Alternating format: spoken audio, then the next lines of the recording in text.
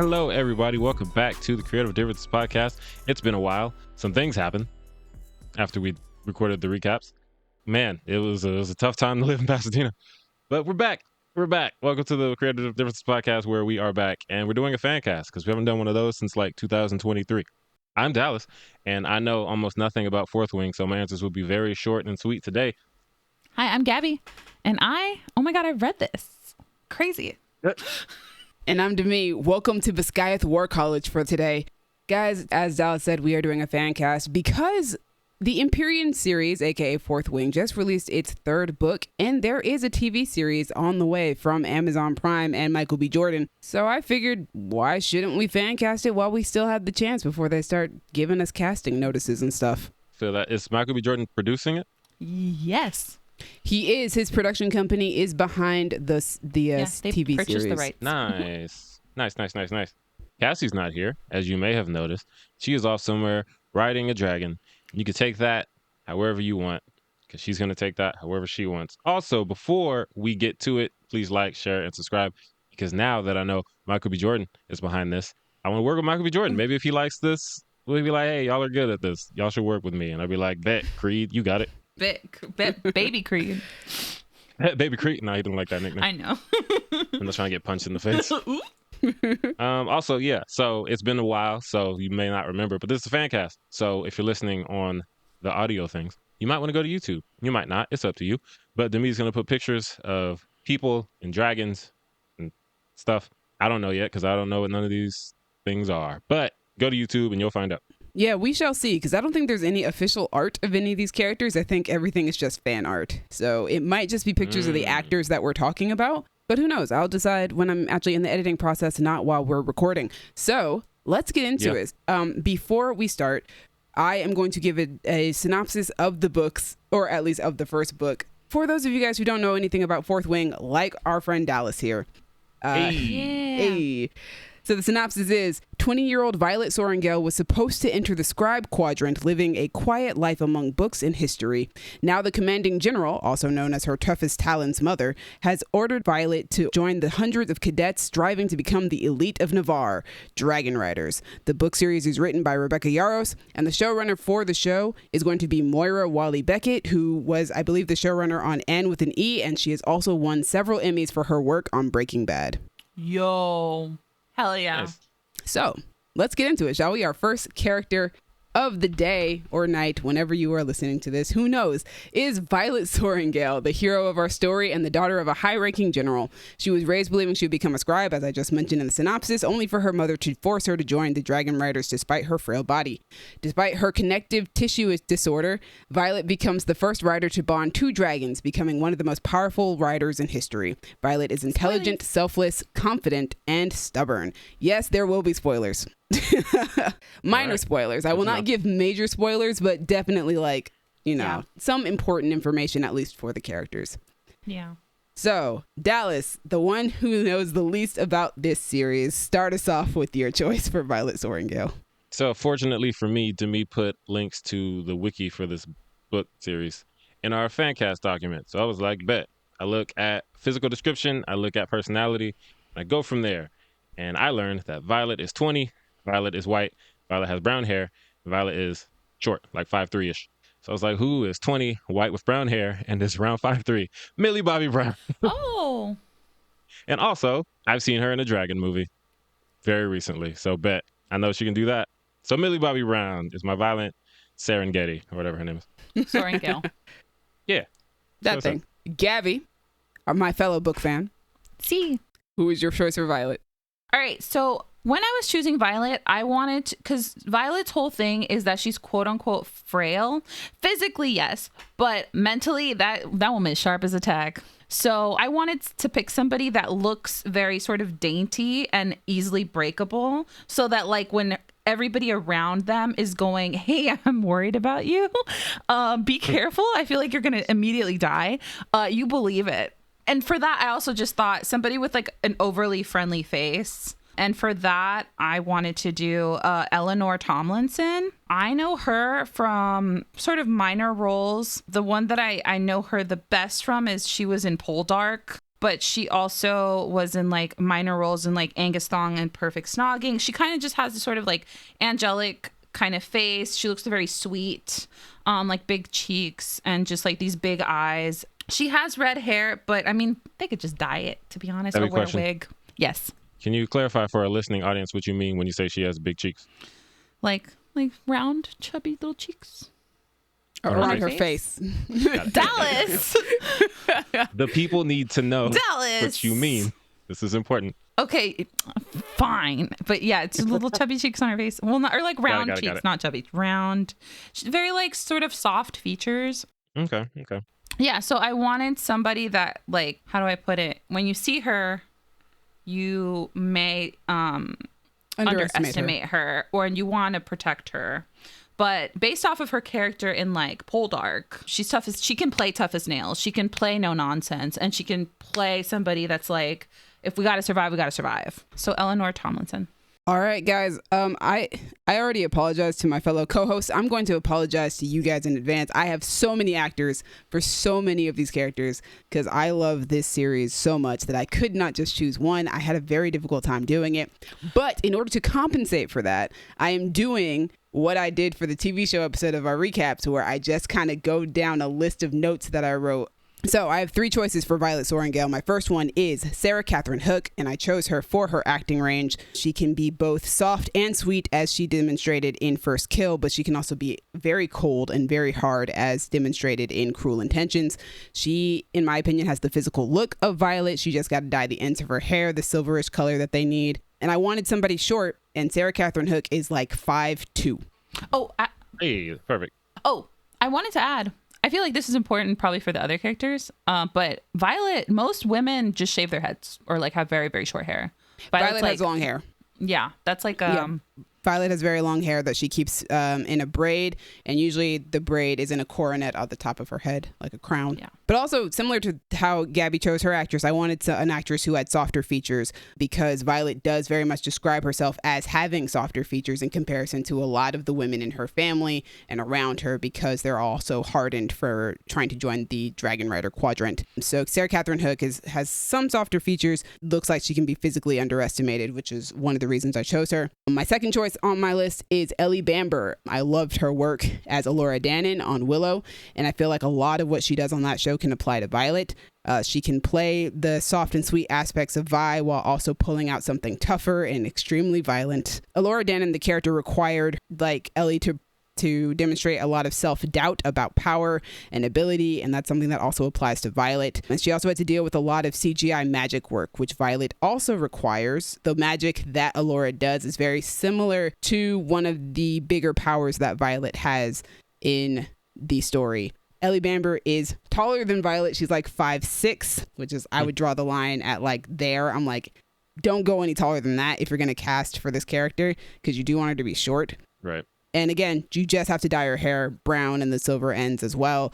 And again, I think she also has the softer, rounder face, the features that you're looking for Violet. And then finally, my last choice is Ali'i Carvalho. Hey. Oh my God. Acting range is also insane. She can reach the emotional depths that are needed for Violet, as seen in things like Moana, The Power, and even in Mean Girls. She can play the soft and sweet aspects, as we've seen in Moana, and she can pull out Violet's tougher, hardened side, which we've seen in things like Mean Girls and The Power. Like Violet, well, I don't know, like Violet. So here's the thing. Violet, as I mentioned, has a connective tissue disorder. It is not mentioned in the book what that disorder is. However, the author does have Ehlers-Danlos syndrome, which a lot of people have assumed that is what Violet has, since that's what the author is basing the experience on, I'm assuming. And Ali'i Carvalho also has Ehlers-Danlos syndrome, so might as well. Ali'i is also actually 5'3", and again has softer features. She's a huge fan of the books already. I saw an Instagram reel of her and her best friend being very excited about their pre-orders of Onyx Storm, which is the book that just came out, which I've been reading for like the last week. And they are both so ecstatic about the book. So it'd be really cool to get to see her play a character from a book that she actually loves and is actually a big fan of. I think she'd put a lot of heart and energy into that. And I'd love to see her take on a role like this, which is a slight bit more mature than we've gotten to really see her do on screen. So my last choice is Ali'i Carvalho. Those are my 3 choices for Violet Sorrengail. And that takes us to Shadow Daddy. My book boyfriend, Xaden Riorson, the son of the leader of the failed Tirish Rebellion and the Fourth Wing leader. On first meeting, Violet is certain Xaden is out to kill her due to their parents' sides of the rebellion, but they eventually fall in love. Although he's seen as a threat by most Navarians, Xaden has earned the respect of most of his peers and is seen as a leader of the Marked Ones, children of the rebel leaders. Xaden is hardened, authoritative, strategic, and closed off. Dallas, who you got for Xaden? So, in comparison to Violet, he is not white, he is not short. So I got someone tall and brown, and I landed on Michael Evans Bailing, or Beeling. I don't know how to say his name. Ooh, nice. But yeah, I old love boy that. from All American, because I know him from a CW show, which means I know he can play younger than he is, and I know he can play angsty, and he does both well. Why not have him play this dragon boy? My favorite dragon boy. I like that. That's a good choice.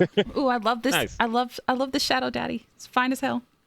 I had somebody call him Xaddy to me today, but with not with a Z, with an X, and I was like, you know what? Acceptable. Yes. With the X, Acceptable. yes. Zadie, a baby. Okay. I don't usually like the use calm. of the word Xaddy, but using it like that, I'm like, no, I like that. That works. It's a good pun. You gotta use the pun. It's very clever. Gabby, who did you choose for, as you called him, Shadow Daddy? Okay, I know he's old for this, but when I found out that Michael B. Jordan's production company was doing it, I was like, just do Michael B. Jordan for Xaden. Yo, I mean, I feel like that's what everybody was thinking. Everybody was like, just make Michael B. Jordan play Xaden. Just make him. Who cares? He has a baby face. Like, are you kidding me? Okay, here's the deal. You know what cemented it? First of all, I hate that I missed that he was brown in the movie or black or like in the book when I was reading it, because I don't pay that close attention to physical descriptions. I just assume everybody's white because it's fantasy. Like I was love just like, Fourth Wing because la. so many characters are not white. Like there's a They're good not. mix of like There is races a good in mix. there. And I had to go back and reread descriptions because I was like, oh shoot, I missed a lot. One of the first things that Rebecca Yarros writes about him when we first meet him is that he has tawny brown skin. And immediately I went, oh, he's black. Yeah, he's black. Again, I just assume white He's and at least just brown. Scroll. I scroll. Yeah. I didn't even notice that nobody had short hair. That everybody had short hair except for Violet. Like I really had to go back. That said, once you said that, I was like, I know exactly who it is. And from basically, so there's a scene in the book where eventually their minds get linked, right? So they can like talk to each other in their heads, Xaden and Violet. So there was a scene where like they were in class, basically. He was just flirting with her or like just letting her know that he was paying attention to her. And I was like, ah! As he does. Oh, he's so fine. Proper reaction to Xaden. Yeah. And I was like, I know exactly who would play this really well, like with their facial expressions. And it was Michael B. Jordan. Like, that's exactly who I thought of. I was like, I know the exact smirk this man would use because he used it in Creed. And I was like, and you know, he does that little like shy man thing. He would just play it very well. He also plays mysterious very well. And a lot of Xaden at the beginning is just like arms crossed in the back of the classroom looking scary and mysterious. And there's a reason she thought that he was going to kill her. And it's because that's how he played it. So, and I feel like Michael B. Jordan does brooding very well. He does like, you know, crossed arms looking kind of scary in the back really well. And he has very expressive eyes. That's why I know he's too old technically for this, but I don't care. I can't even be mad at that.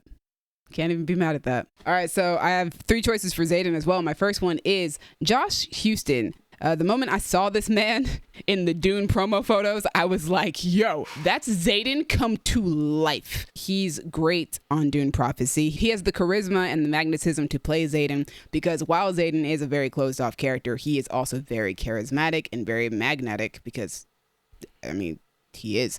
The only flaw here is that Josh Houston is not 6'4" and might be a little lighter than the book description. And I'm also not sure what his schedule with Dune would like, if that would allow him to do another big fantasy streaming series, because both of those shows definitely probably take most of the year to film. But the moment I saw this man, I was like, he looks like Xaden just like was plucked out of the book.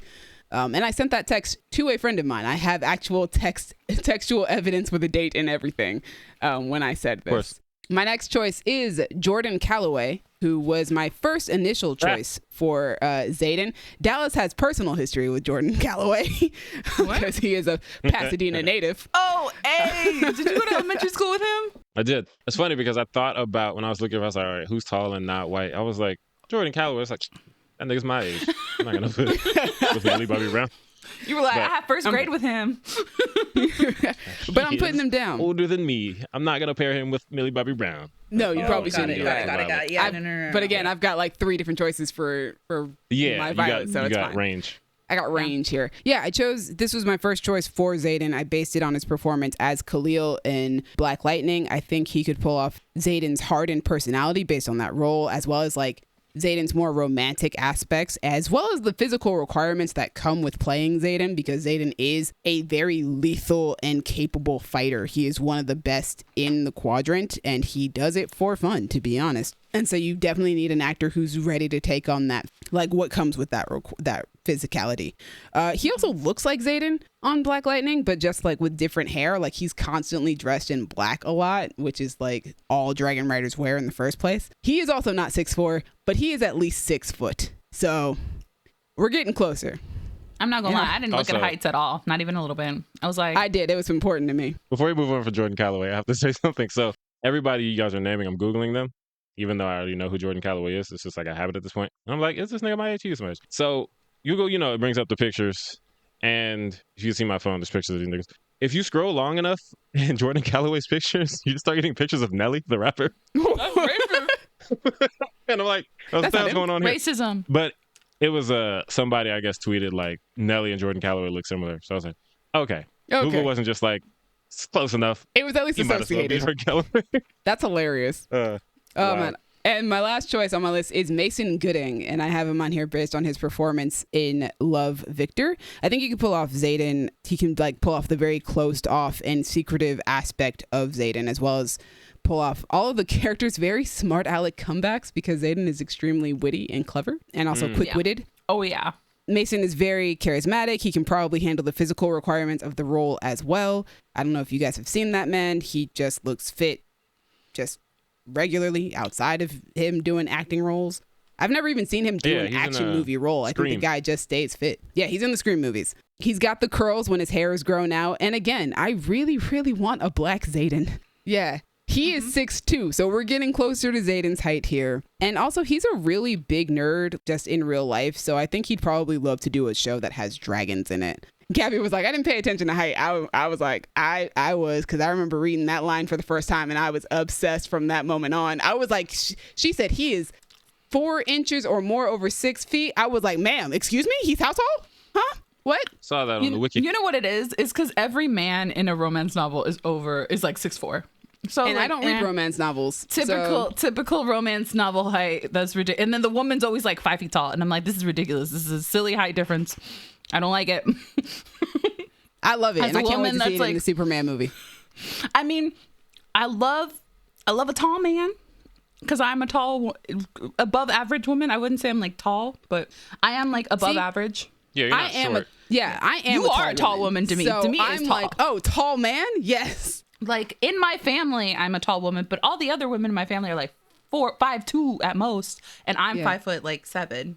But also casting people, you guys aren't listening to this podcast, but if you are, if you guys could actually find an actor who is 6'4", I would be much appreciated. I don't care if he's a newcomer, if I don't know his name. I would just like him to be 6'4". That would be great. Thank you, please. I'd like that so- accuracy to stick around. Yeah, that is so hard though with actors. Like, It is. But David Cornsweet, who plays Superman, is 6'4", so I know it's possible. fair, but like I thought that Henry Cavill was crazy tall. Isn't he just 6 feet, 6'1"? He's like 6 foot, 6'1". He looks so big. I mean, they can make them look really big on screen. They They could just do cast a whatever they very want on tall, screen. a very short woman, which is what they're gonna do with Violet anyway. Anyway, our next character on this list is Dain Aetos, Violet's childhood best friend and first crush. Violet seeks his protection and help when she joins the Rider Quadrant, but their friendship slowly crumbles when he becomes overprotective. Dain is a strict rule follower, polite, respectful, adaptable, and ethically rigid. Dallas, who you got? All right, so I'm gonna be honest. This actor I was gonna pick for Xaden, but I didn't think he was tall enough, so I just moved him down to Dain. I have DeFaro Wunatai. I love him. Yeah, I like him too. He's really good. I And love was that like, so much. I was like, hey, he's brown. Mm-hmm. He could be Xaden. I was like, he's not a very tall man. He could be Dain. So Yeah. he's Dain. Dain is not like super tall, so it works. I mean, he's tall, but he's not Xaden tall. Yeah, I didn't see like he emasculates Xaden at every opportunity, or Xaden emasculates him at every opportunity. He's still tall. I think he's just an average dude height, whereas Xaden is like, no, I'm 6'4" and I tower over everybody. See, in my head, Dain is like 6 feet, 6'2". Like any other girl would be like, oh my god, swoon. But the Xaden comes in and you're like, Sir. That's the one guy. Gabby, who do you have as Dain? Okay, so when I took Dain into consideration, I wanted somebody that can play the idea, like looks trusting on paper, but can also play conniving and terrifying. Because at the end of the day, Dain is not loyal to who he should be, in my opinion. In the first book. In the first book, anyway. I haven't read the second or third. I'm going to get there. It's going to happen. But I'm currently in the third book, so. This is what happened. I was afraid that the next book would leave off on a cliffhanger and then I would have to wait. So I was like, you know what? We're going to wait till the third one comes out. Anyway, so I chose Jacob Elordi because Jacob Elordi can play terrifying. He's also extremely tall, though. He's also he might be way taller than my choice. I think he's taller than Michael B. Jordan, or they're similar. But like, I think Jacob Elordi is like 6'4". Oh, okay. Yeah, he is. But if Michael B. Jordan is standing next to Jacob Elordi, I'm so sorry to Jacob Elordi, but I'm gonna pick Michael B. Jordan. Like it's not hard. Just put Michael B. Jordan on an apple box. We'll be fine. Yeah, exactly. Or just cross his arms. Like, anyway, so I needed somebody that I know can play intimidating and terrifying, but that I know has kind of a baby face and all the girls would love. And Jacob Elordi has like a baby girl personality, like not personality, but he has a baby girl reputation. Aura. Yeah, exactly. He is baby girl. There's a whole SNL preview about it. So baby girl. Me, I'm a baby girl. Yeah. So what's Renee? Oh, I'm mother. And Renee Rapp is mother. Anyway. Yeah. Because he's baby girl. I was like, yeah, he could definitely. And he has like those, like I've seen scenes of him in like Euphoria too, where he's like looking like a sad little puppy. And I'm like, exactly perfect. He could do Dain. All right. I have two options for Dain Aetos. My first one is Drake Roger, who is probably most well known for CW's The Winchesters. I'm going to be honest with y'all. This is a purely superficial casting. This is based only on his looks. I have not seen this man act, but I look at him and he screams Dain Aetos to me. He's 6'3", which is probably too tall, but whatever. Like, I look at him and I'm like, that's Dain. That is what Dain looks like in my head, is this man right here. And then my other choice is Tom Blythe, based on his performance in The Ballad of Songbirds and Snakes. He shows so much range in that movie, and he's that perfect balance of can I trust you, can I not trust you, which is perfect for the first 2 seasons of Fourth Wing. Yo, excellent. Yeah. I came out of that movie and was like, oh, he'd be perfect as Dain. Yeah. I think he can also pull off a character who the audience may be annoyed by, but who deep down is just trying to be a good man and do the right thing by someone he loves, even when he messes it up severely. It almost feels like the inverse of his character in The Hunger Games. And I also think that he can do stuff that requires Dain to look like a kicked puppy whenever Violet rejects him or the squad just doesn't respect him. Yeah, those big puppy dog eyes that he has. Yeah, no, great choice. That's a really good one. I think he'd be great for that. But yeah, those are my 2 choices for Dain. And that takes us to Tairn. I will attempt to say his full name once. I think it's pronounced Tarnanash, but I could be wrong because I don't know that language. Anyway, Tairn, Violet's black morning star tail and Sgaeyl's mate. Tairn is one of the rare black dragons in the Vale and is revered as a battle dragon amongst dragon kind, considered one of the deadliest in Navarre. For 5 years, he refused to bond after the death of his former rider until Violet. Tairn is extremely protective, haughty, unbothered, and witty. Dallas, who you got for our main dragon man? I got Keith David because, of course, I got Keith David. Perfect. That's a great one. Why would I not pick Keith David? If We're about to choose the greatest voices you've ever heard in life. He's so good for this because he's great. Because Tairn, that dude is sassy. He is sassy. And he's dragon. So grumpy. And he's old. And Keith David is older and he can do sassy. He's great. He has the best voice ever. I just like that Tairn literally is just choose the greatest voice that you've ever heard in your life. Yeah. Gabby, who you got for Tairn?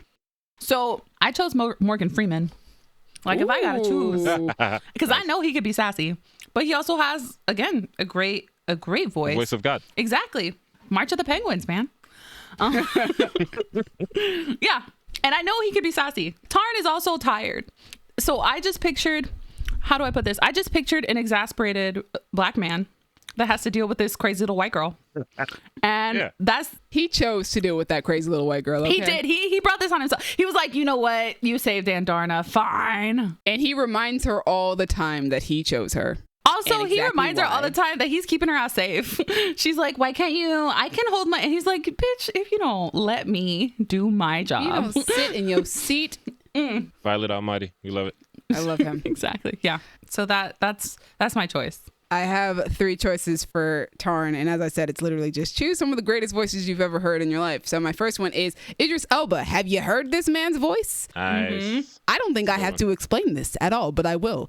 He's already proven to be a great voice actor in the Jungle Book and the Sonic movies and some other things as well. Just a great actor in general, and this is a role where I want somebody with a smooth, deep voice. And for some reason, I've always imagined Tairn as having an English accent. I don't know why, but I have. But again, my next choice is Abubakar Salim. Again, an amazing voice, smooth, deep English. And I mostly chose him for his guest appearances on Critical Role as the Archheart. That role is filled with like so much charisma, and I just love his speech patterns and his inflections as that character. He's playing a god in that role, and so there's like there's so much power imbued in the way that he speaks, but also kind of a flamboyancy as well that comes with being so powerful. And I just feel like there's so much that he could bring to the role of Tairn with that. But also he plays a very stern and stoic character on House of the Dragon, which I think also applies to Tairn as kind of this old stern dragon who is also very sassy. So I think that Abubakar has like that mixture of both. And then my final choice, the pattern continues. It's Ralph Ineson, or Ineson. I don't actually know how to pronounce his last name. It's a good one. Smooth, deep voice, English. Has one of the best voices in film and television. The bass on Tairn's voice would be epic AF. He's a fantastic actor who has done some fantastic voice work, and he has so much range that he absolutely could pull off Tairn. So yeah, those are my 3 choices. Like I said, this is just a category of pick some of the greatest male voices you've ever heard in your life and choose that to be the dragon. Hell yeah. Hell yeah. Yeah. But that leads us to our next dragon, which is Andarna. Andarnaram, I believe her full name is. Andarna, Violet's golden feathertail and the first adolescent dragon to bond with a rider. She was in her egg for 650 years before hatching, and Tairn and Sgaeyl act as surrogate parents to her since hers died before she hatched. Andarna is cheerful and bright until she becomes a moody, temperamental teenager. Dallas, who you got? So I read that, cheerful and bright until she becomes a moody teenager. And I was like, all right, we're going younger. So I just decided to get back on my Invincible Fight Girl train. So I picked Sydney Michaela, who is the lead voice actor for Invincible Fight Girl. She plays Andy, and she's one of my favorite young voice actors right now because of that show. She's very good at cheerful and bright, and I feel like she has the range to do the attitude change as well. And I would like to see it or hear it or whatever. She was a dragon, voiced. So I was like, boom, bring her back. Give her more work because I want to keep hearing her voice. So Sydney Michaela, shout out to you if you're listening. That would be weird, but hey, hello. Yeah. Gabby, who you got for Andarna? Okay, so I was like, let's go for a young teenager in this case, like relatively young teenager. And now I'm like realizing that she's actually like 18, but she sounds really, really young still. And she still has a baby face. I chose McKenna Grace because she played everybody's young. And so I feel like she can up her voice a little bit to play younger, be bright, and then, you know, start leaning more into her age as Andarna grows. And I know she has the range because she played like everybody's young version when she was like a little 12, 11-year-old. Yeah, so that's why I chose to go a little bit older because they can play a little bit younger and then they can play more of a teen and they won't have as much of a baby voice. I think this is hilarious because I didn't give a dang about age when I was casting this. So my first choice for Andarna is Dove Cameron, who in my opinion is a very underrated actress. I've always imagined Andarna having a very light, childish voice in season 1 and then pitching down into something more mature and teenage-like in season 2. And I think Dove Cameron has proved that she can do that based on her 2 characters in Liv and Maddie, which she did live action playing 2 separate roles who were twins. So like, yeah, she can do it in voice acting, no problem. And she's done voice work before, playing Gwen Stacy in Ultimate Spider-Man and in Marvel Rising. So I know that she can handle like doing actual voice work. But yeah, I think that she just has the capability of doing what it takes to do just a voice role and also being able to change her voice to match the stage that Andarna is in at that moment. And then my next choice is Laura Bailey, who might be one of my favorite voice actors ever and is also another Gwen Stacy actress. Funny enough, she has also played MJ. Like I said, one of my favorite voice actors. This is based on the fact that she uses 3 very different voices for Critical Role for the 3 very different characters that she's played along her time on that show. And also just like her entire voice acting resume is freaking ridiculous. The number of characters that she's played and the range of voices that she's had to do for all of these characters. I feel like she can legitimately do anything that you ask of her. I think she played a child on Dragon Ball Z, literally like, sure, 2014 was like 10 years ago, but she was still a grown actress doing a child's voice. So I think that she could pull off doing a very childish Andarna voice and then bring it up a little bit to be a teenager. So yeah, my second choice is Laura Bailey. I mean, she's a professional voice actress. She got this. I have no doubts that she can pull that off. Yeah. And that takes us to our final dragon on this list, Sgaeyl, who is Xaden's blue dagger tail and Tairn's mate. Sgaeyl was bonded to Xaden's grandfather 50 years before him and chose Xaden due to his inability to relent. Even most dragons steer clear of her. Sgaeyl is ruthless and vicious, but she's soft with Tairn. Dallas, who you got? Sheree Dajlu. Ooh, Yo, me I too. considered She it. sounds like a dragon. Yo, me too. She just played a dragon. She did great. That's why I chose her. I watched that movie and I was like, this is the perfect person to play a dragon. Yep. So yeah, we're back. I chose her too for that reason. I absolutely considered it. I was like, literally, she just played a dragon. She's got the perfect voice for a dragon. I could just do that and call it a day. It was made to play a dragon. Also, I want to hear her like playing off of Morgan Freeman. Like I want to hear her like flirting, like, you know, having some fun with Morgan Yeah, Freeman. be nice to let her have some fun. Because this book is from the first person perspective, I wonder how much more of like other people's perspectives we're going to get when this show comes out. Like, are we going to hear more of Sgaeyl and Xaden's interactions? Are we going to hear more of Sgaeyl and Tairn's interactions, like separate from Violet being involved? That would be very fascinating. I hope so. I hope so too, because yeah. I get if we don't in like season 1. There's a lot about Xaden that they have to kind of keep hidden. Season 2, yeah, I feel like there's like a lot more that you can do by expanding the perspective.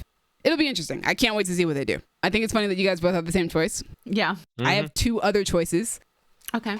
I thought about Sheree Dajlu. I did not choose her, but I did think about it. So I'm glad that you guys both chose her because absolutely, totally agree. Same. Fantastic. So my first choice is Rebecca Ferguson, who is a great actress with a lot of range. I mostly chose her due to her performance in the Dune movies. I think she can evoke Sgaeyl's ruthlessness with just her voice based on Dune Part 2. There's also a stern maternal tone that she has sometimes in Dune Part 1 that I think would work for the character. And she also displays a soft warmth at times in Part 1, which works for Sgaeyl's responses to Tairn, and I would assume as well Xaden. There's also something very classy and elegant about Rebecca's voice that I imagine Sgaeyl has. Also, again, the same with Tairn. I have always imagined an English voice for Sgaeyl. I don't know why. I just have. Something about dragons, man. I don't know. And then my other choice for Sgaeyl is Emma Darcy. I just really like their voice. Also, something very funny about having them go from playing a dragon rider to playing a dragon. But there's a very regal quality to their voice, which really helps them play a princess / queen on House of the Dragon. I think that quality can also lend itself to sounding rather aloof and arrogant, which I feel Sgaeyl can be. Emma Darcy also has a warm tone, which they've used as Rhaenyra for more maternal moments on House of the Dragon, and that feels very fitting for when Sgaeyl is communicating with Xaden. For both actresses, there is a very heart-wrenching moment towards the end of Iron Flame that I feel like both of them could pull off extremely well. There's just like one particular line that I have in mind in my head that I think that they would break hearts with. So yeah, Rebecca Ferguson or Emma Darcy. Those are my 2 choices. I have an important question for you, Demi. Yeah. Is part of you choosing Rebecca Ferguson because you want to see her do her signature lip bite on the red carpet? I didn't even think about that. That's so funny. That's so hilarious. Just know we're going to get it if she gets cast. I forgot that that's a thing. My Instagram Explore page won't let me forget that's a thing. She pops up every once in a while. And I'm like, why is Rebecca Ferguson back here? For that. Just for that. Just for that. Oh, goodness. I'd never seen this lip bite. You never seen it? No. You never seen it? Goodness gracious. She does it all the time. All the Ooh. time. It's like there are compilations of it. Goodness gracious. All right, Bisexual awakenings. My God. back to our human characters. Speaking of a bisexual, we have Rhiannon Matthias, Violet's best friend and fellow dragon rider, also potentially my favorite character in these books. Violet offered to switch boots with Rhiannon to help her survive the parapet, and they've been best friends ever since. That was a G move. Perfection. Rhiannon often helps Violet with hand-to-hand combat, and Violet helps her with history class. Rhiannon is compassionate, loyal, determined, and an excellent leader. Dallas, who you got for my favorite character in this book? Right. So we're going young, we're going black. I picked, I want to say it's Priya Ferguson, because between Stranger Things and My Dad the Bounty Hunter, I know she has the chops for this. Probably, I don't know a lot about it. But for those who don't know, she is the little sister in Stranger Things, and she is the older sister in My Dad the Bounty Hunter. But she's a really good actress. She's great. And it's like, as we've watched all the kids in Stranger Things go from children to Young adults. like not children, because the show's been on for like a decade. Like, it's cool to see her acting grow. And fun fact, she's in episode 2 of Atlanta. I just happened to be watching a YouTube video, like while I was doing this Fancast, I was watching a YouTube video about that episode of Atlanta. And it's the one where Ern is in jail after they Paperboy shoots that dude. And those kids walk up to Paperboy on the street, and their mom is trying to talk to Paperboy. And she says, "You shot somebody." That's Priya Ferguson. That's crazy. And that came out like right before Stranger Things. So she was about to get very famous. Yeah. And she was in Atlanta randomly. That's I was like, oh, that's great. crazy. But yeah, her. She could be Rhiannon. Yeah. Gabby, who you got? Rhiannon. Okay. So I thought she was probably really cool. And I know she's a black girl. And I was like, even though I feel like Demi might cast her as well, I chose Tati Gabrielle. I did not actually choose Tati Gabrielle, but that is a really good choice. Yeah, but I feel like she's really good. She's really strong. I mean, I know she can do the physical, right? That's one of the amazing things about getting to watch her on screen. And I know she can play kind of aloof, but she can play friendly too. Like when you first meet her, she's obviously very confident. She feels like she's going to make it across that parapet. Violet like immediately likes her. And that's why she like is like, well, let me help her out a little bit. It's just so you know. So they have to cross this like really teeny tiny, like your feet next to each other bridge with no railing, like with a 60-foot drop to get into the college. And it was raining that day. So Violet's sister was like, yeah. It was drizzling. But Violet's sister was like, hey girl, these shoes that I'm giving you, they have grippy bottoms. You'll be fine, probably. Who knows? And so she swapped shoes with Rhiannon. And so now Rhiannon has one slippy shoe and one grippy bottom shoe. And then so did Violet. Anyway, but like... They've been homies ever since. Yeah, exactly. Because low-key saved her life. As she tells her, it's not low-key. She tells her, she's like, your boot saved my life 3 times across this parapet. Oof. Anyway, so I was like, somebody tough, somebody that could be charming to immediately ingratiate you to her. Tati Gabrielle. True. I love Tati. All right. She's amazing. So I've got 2 choices for Rhiannon because, like I said, this is my favorite character in these books, man. My first one is Ella Balinska. She plays a really tough and competent character in Charlie's Angels. She can pull off Rhiannon's leadership qualities. I feel like she pulls that off in Charlie's Angels, even though she's not the leader. She very much gives off leader energy wherever she goes. But she also can pull off Rhiannon's softer, more compassionate moments. Like, that's like the thing about Rhiannon is that she is this perfect balance of, yes, I'm tough, but I'm also really nice. So, like, as long as you don't get on my bad side, we'll be cool. In my opinion, like, Rhiannon is legitimately the best friend you could possibly make, like, out of this entire book series, which is why I love her. Yeah. I feel like Charlie's Angels and Resident Evil, both of those required Ella Balinska to do a lot of stunt work, especially Charlie's Angels, because her character was supposed to be hella competent at everything she does. And that was like her thing, was that she was kind of the action girl. So she's already prepared to do that kind of role. And she does it convincingly. And she's also still rather up and coming. So I'd like to see her in a role like this for sure. And then my other choice for the role, which I realized last night is probably the perfect person to play Rhiannon, is Aaliyah Chanel Scott. She has great range as displayed on The Sex Lives of College Girls. I think her character Whitney displays all of the qualities needed to play Rhiannon to like a lesser extreme, obviously, but she plays like the good friend. She plays the athlete. She plays incredibly intelligent. Like she plays all of these qualities very well on the Sex Lives of College Girls. And I think that she would do it really well here and just intensify it and put it in a more extreme setting. And she also has the look that's described for this character in the book. She's mostly done sitcoms, and I think it would be really cool to see her do a different genre. It's so funny because I didn't start watching The Sex Lives of College Girls until last year, and I didn't realize that I had already seen her in a show called Reboot, because her hair is done so differently in Reboot. It's like they straightened her hair in that. On The Sex Lives of College Girls, her hair is always in braids, which is how Rhiannon should look. And it's like looking at two different people, I swear. I'm like, I didn't even realize that was you, but I loved you on Reboot, and I also really love you on The Sex Lives of College Girls. But yeah, I think she would be fantastic as Rhiannon. Just like, come as you are, and you already are the perfect person to play this character. So those are my two choices, Ella Balenska and Aaliyah Chanel Scott. And that leads us to our next character, which is Liam Mairi, a dragon rider and Xaden's foster brother. As the top fighter of Violet's year, Liam is assigned by Xaden to protect her, and he becomes her shadow and eventually close friend. His parents were killed for their active role in the Tirish Rebellion, and he grew up in the same foster home as Xaden. Liam is easygoing, fiercely loyal, charming, and has a good sense of humor. Dallas, who do you have for Liam? So here's the thing about Liam. I did most of these, I don't know, yesterday, day before, whatever. And then today, I finished it with Liam and Mira. And I was watching wrestling when I finished the Fancast. So that has influenced my choices. So Liam is good-humored, buff white boy. And you know what? No.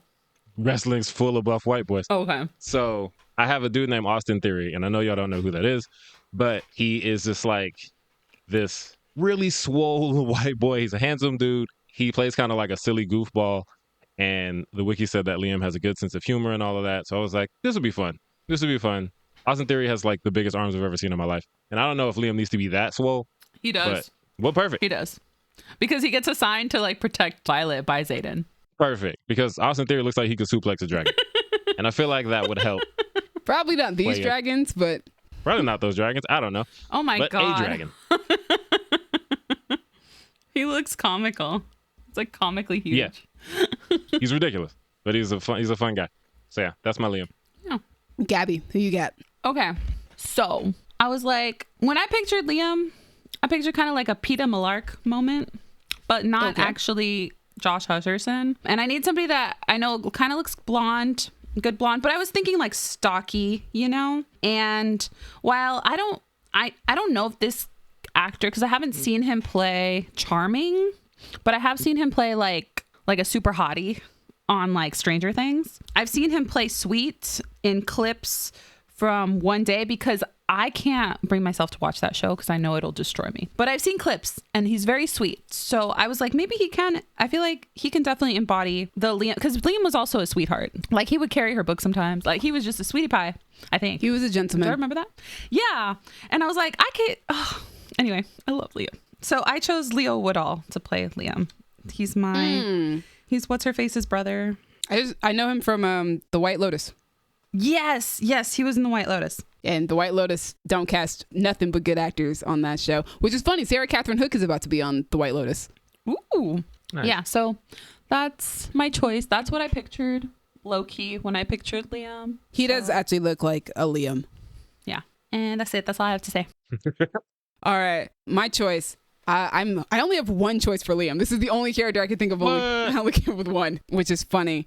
I hope I'm pronouncing this guy's name correctly. His name is Noah Lalonde. Again, this is another superficial casting choice. He definitely looks the way that the character is described in the book, but with like a different hairstyle. So just, change the hairstyle and he'll be him. But from the acting that I've seen from him in clips of My Life with the Walter Boys, he seems like he can pull off Liam's easygoing nature and the smile that Liam is often seen wearing. Like I said, I haven't seen like a full project that he's done, but I've seen enough clips of him that I'm just like, no, you could definitely play this character. I also saw a short film that he did, which is currently on YouTube. I think it's called The Smile I Wear or something like that. But yeah, he's a good actor. And he, like, I look at him and I'm just like, yeah, that's absolutely what Liam looks like. So my choice is Noah Lalonde. That leads us to our last character of the day, and that is Mira Sorrengail, Violet's older sister and a first lieutenant dragon rider. She gives Violet as much advice as she can to survive the Rider's Quadrant and warns Violet to stay away from Xaden and find Dain. With her ability to create wards, Mira is a well-respected and powerful officer. Mira is protective, loyal, and self-confident with unwavering conviction. Violet has also described her as shrewd and cunning. Dallas, who you got? So I was still watching wrestling when I finished this podcast. You know who got muscles? Rhea Ripley. And I know that I would watch Fourth Wing if Rhea Ripley was in it. So Mira is Rhea Ripley for me. And it's just because I would watch Fourth Wing if Rhea Ripley was in it. I love the idea of Dallas bringing in buff. wrestling fans to our demographic. I'm going to be honest. It's probably going to be a lot of fan casts with that pattern going forward. I love that. I mean, hey, we have some really great wrestlers turned actors out there. True. Gabby, who you got for Mira? Okay, so I wanted somebody for Mira that was like obviously could come off as older than the person that I chose for Violet. Also somebody that could believably play her sister, and also someone that has like the physicality and sort of experience with that kind of really physical training that's required for these kind of like action shows. So I chose Daisy Ridley. Also somebody that could like really come off as like a leader, right? Because Daisy Ridley has some speeches in Star Wars, you know? I love me some Daisy Ridley. She be leading. Yeah. So I felt like Daisy Ridley for Mira. Also, you know, she has brown hair. She rocked the dark brown hair, short. She also looks really good with short hair. Yeah, she does. And like Mira does have short hair, much like their mother. Yes. Like, well, like much like most women that are in the dragon, what is it called? The Rider Quadrant. Yeah. Yeah. The Rider Quadrant. It's very much mentioned a lot how much Mira looks like their mom. Oh, yes. So the very beginning where we meet Mira, there's like a huge sense of urgency. Like you got to go sign up right now. You don't have time. And takes her off to the side and really like, you know, goes through all her stuff, packs her a bunch of stuff and gives her a bunch of things. Because we've seen her in Star Wars and we've seen her like the whole last movie is basically a chase, right? I could really, really see her with that sense of urgency that Mira projected or like gave in that sort of opening scene of Fourth Wing. That's a really good choice. I really love the idea of Daisy Ridley playing that character. I adore Daisy Ridley. Me too. I love her so much. I want her to work forever. I do too. She's such a phenomenal actress as well.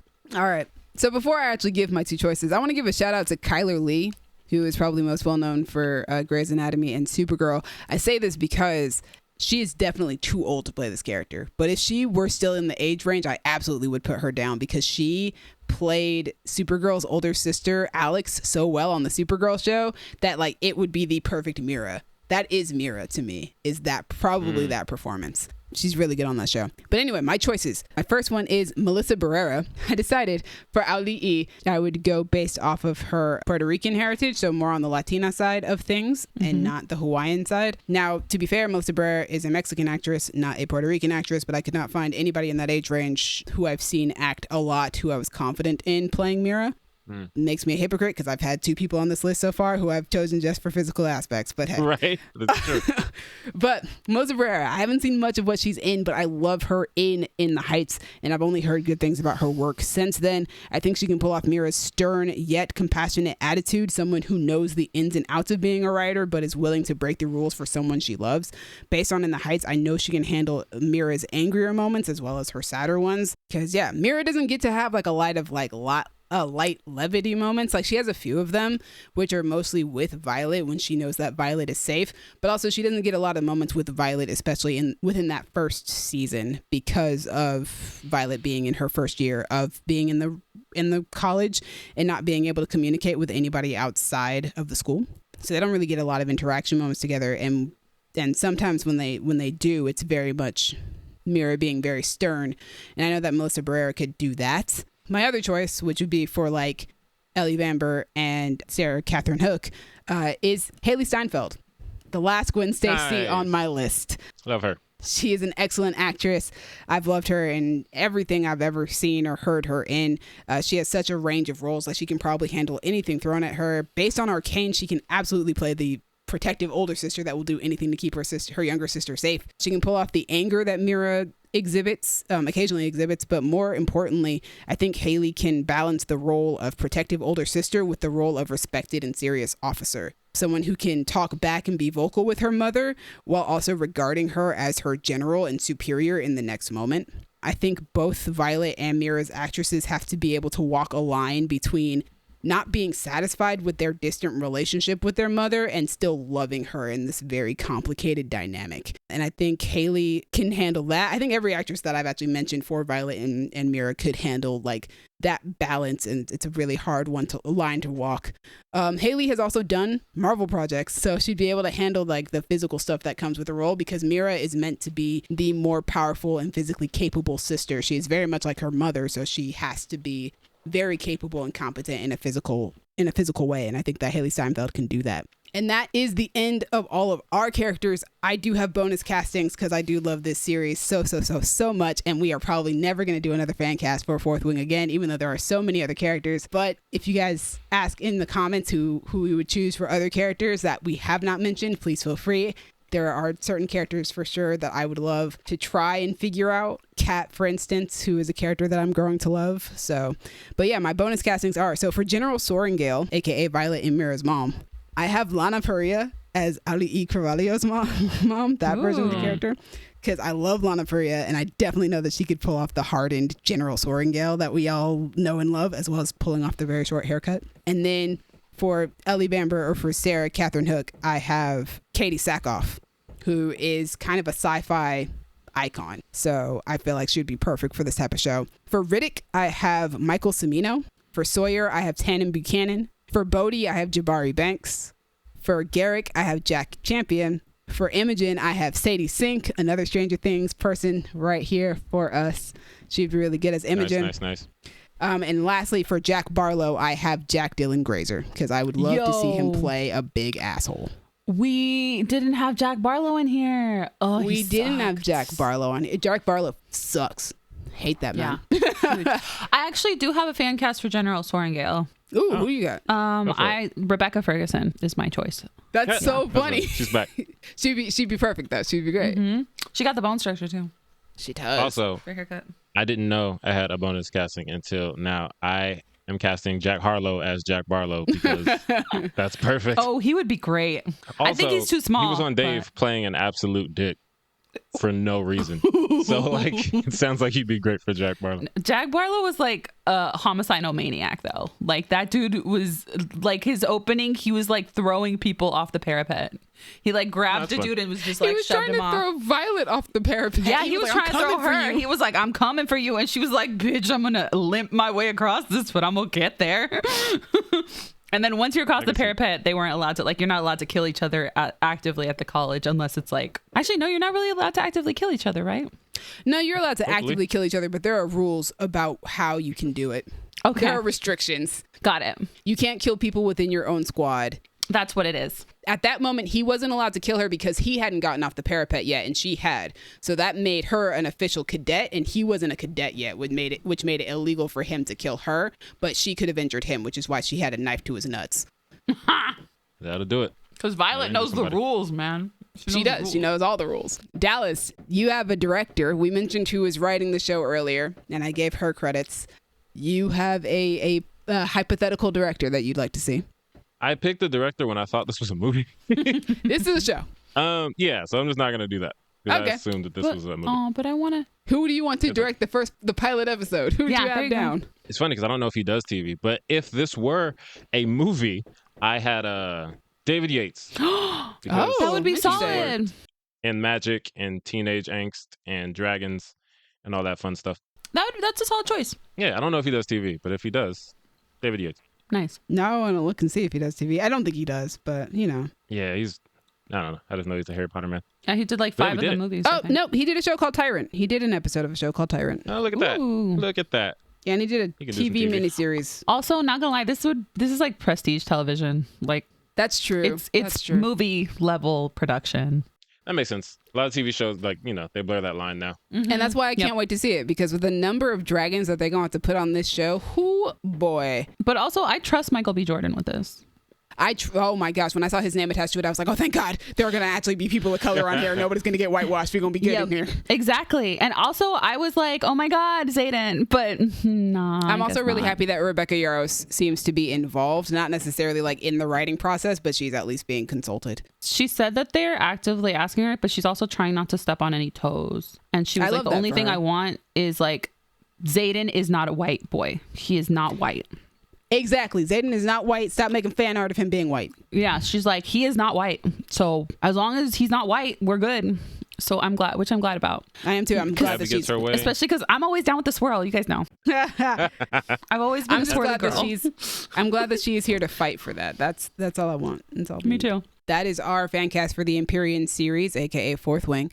Thank you guys for joining us today. This has been a lot of fun. Yeah, thanks so much for listening to our first Fancast in over a year. We always appreciate you. And we also appreciate Crown Digital, Brandon and Io. You put us on Spotify, put us on Apple. You let the people listen. To me, thank you for editing, putting us on YouTube, adding links to this Fancast doc so I could have some idea on who the hell these people are. No problem. I know you don't read, really so you know. She put in work. I don't be reading. And when I did, I wasn't reading dragon romance novels. Here's the thing. I don't think this is your type of book. I think the Hunger Games portion of the books are your type of book. But I don't know about but that's most of the book. But like, you know, there's like the Hunger Games. There's definitely some stuff in there that I'm like, this isn't for Dallas. See, I feel like because it's so like military college forward, at least the first book that I read, like it's way more military college than it is like her making hard eyes at Xaden. I feel like Dallas would enjoy at least the first book. I can't speak for the others. It's a little more making hard eyes at Xaden heavy as we go forward. It's still very military heavy as well, but we get more of a balance of the two.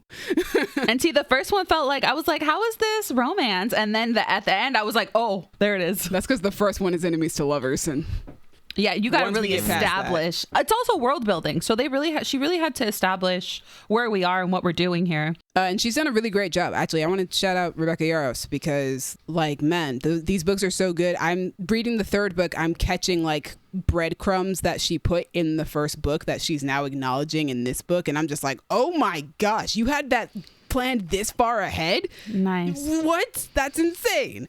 So I'm having a great time. She's getting better at writing with every book that she puts out. Nice. You would love the Akatar series then, to me, because that book is like, you find out in like book 3 that stuff from book 1 and you were like, what?